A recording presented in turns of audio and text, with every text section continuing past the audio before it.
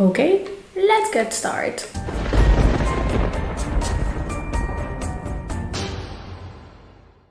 Hey horrifics, welcome back to my channel. My name is Amanda. If this is your first time here, don't forget to subscribe and hit the bell icon so you can get a notification every single time that I post a video, and I post every single Friday.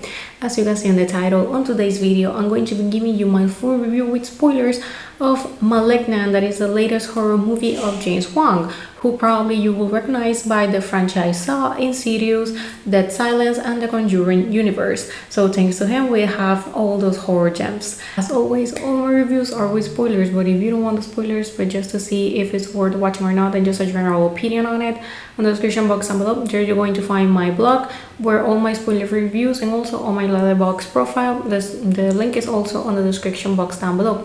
So giving that little disclaimer ahead, let's get into the video. Now, Malignant was just released today. It's available on HBO Max, so you have the streaming service, or in movie theaters, so you have the two options there.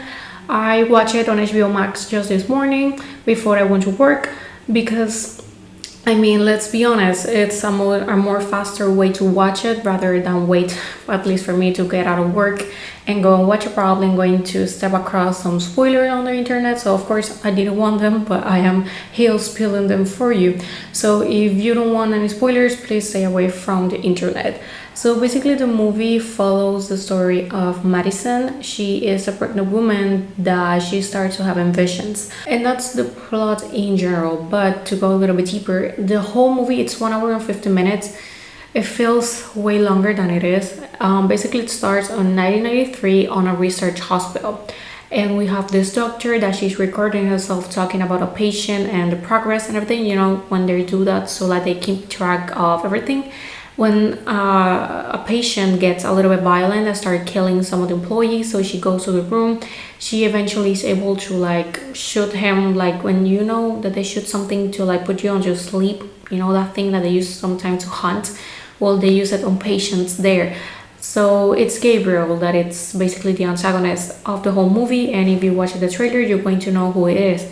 Basically, the trailers, they gave way too much of the movie. If you watched it, you're going to have already watched part of the movie, so when those scenes comes on the movie, you're not going to be like surprised at all because you already watched them. So she basically says this line that is, let's get rid of this cancer, like talking to Gabriel of if he is a cancer.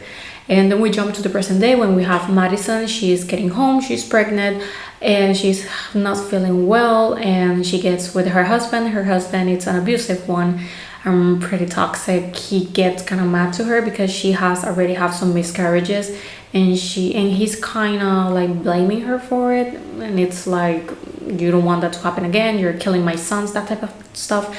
He gets violent and he pushed her to the wall, but it's like with the head like this. So when he does that, she snaps so hard to the wall that even left a hole, and she starts bleeding by the head. So she locks him out of the room because he left like some towels or something. He starts to apologize. Of course, we all know that that's not true.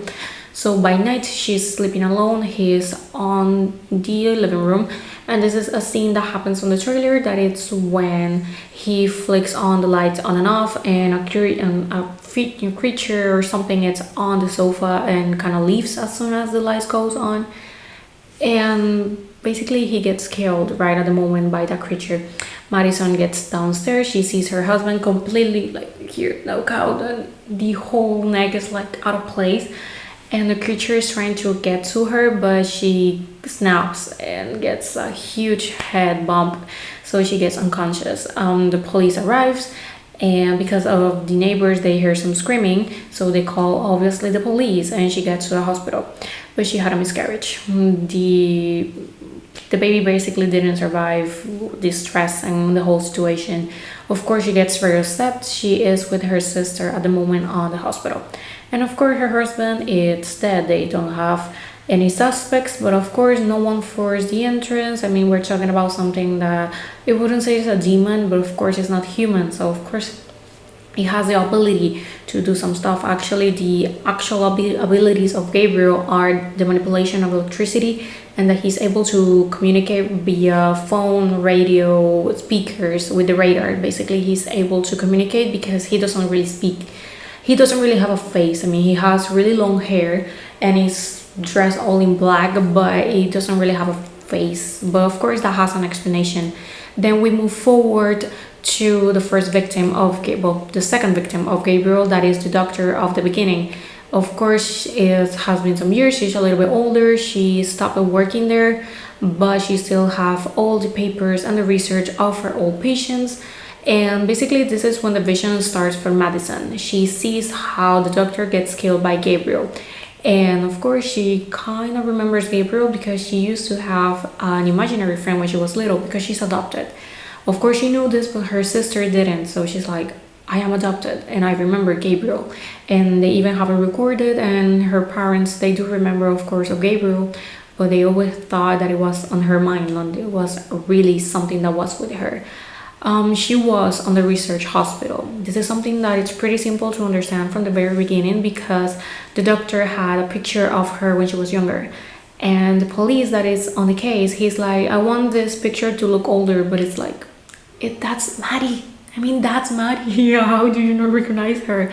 So that's kind of dumb there a little bit. It's kind of obvious. So after killing the doctor, Gabriel kidnaps a woman that looks really close to Madison, but that's not her mother. You could be thinking maybe that's her mother, but it's not. It's just a random woman, but it has a meaning behind it. And then she goes to her mother. They see the tapes of her birthday. They see her talking to Gabriel and her weird behavior when she was little, but of course she forgets with time. And then Gabriel, he kills another doctor of the research hospital, and once again Madison sees him. Only this time she goes to the police before they know about the murder. Of course, she kind of starts to look as the suspect because she knew about this murder exactly just where it was. Of course, her husband died and no one for the interest, so everything is looking a little bit suspicious. Now, like I said, the movie looks so damn long that it's kind of like, seriously, can this move a little bit faster?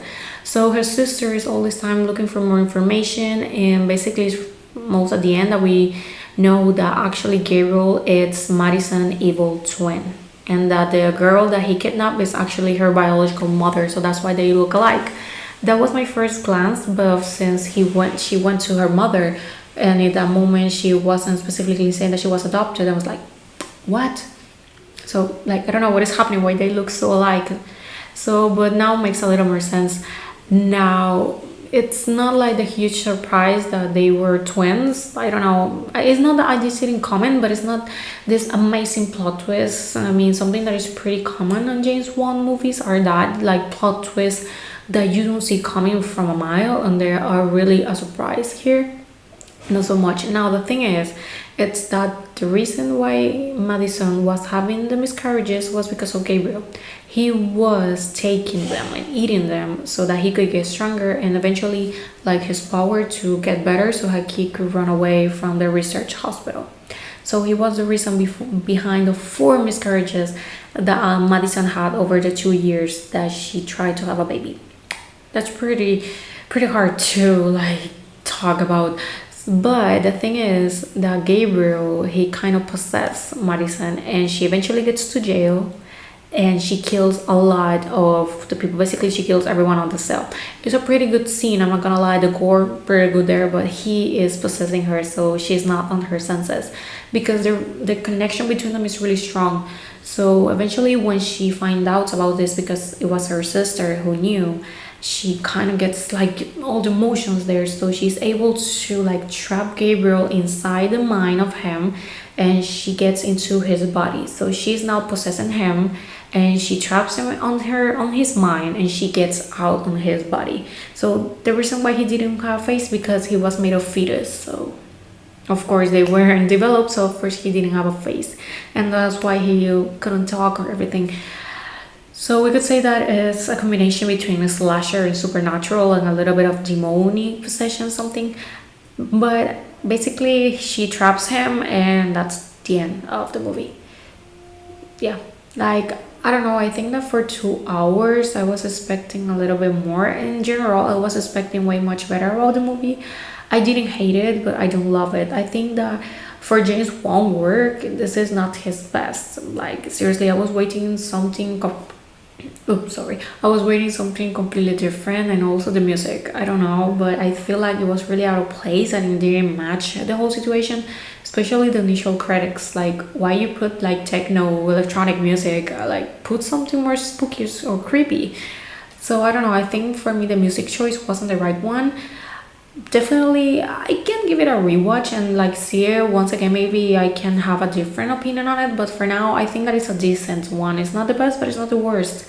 So I will give it this one a 6 out of 10 and a 2.5 out of 5, because like I said, it's not the worst one. Like seriously, there are way worse out there, but this one I had really high expectations on it, but it didn't make them up. But I'm not going to be too harsh because I don't feel the need to. Like, I'm just being honest. I didn't hate it, but I don't love it either. So yeah, basically that's it. I don't really have much to say. Rather than, yeah, you should watch it.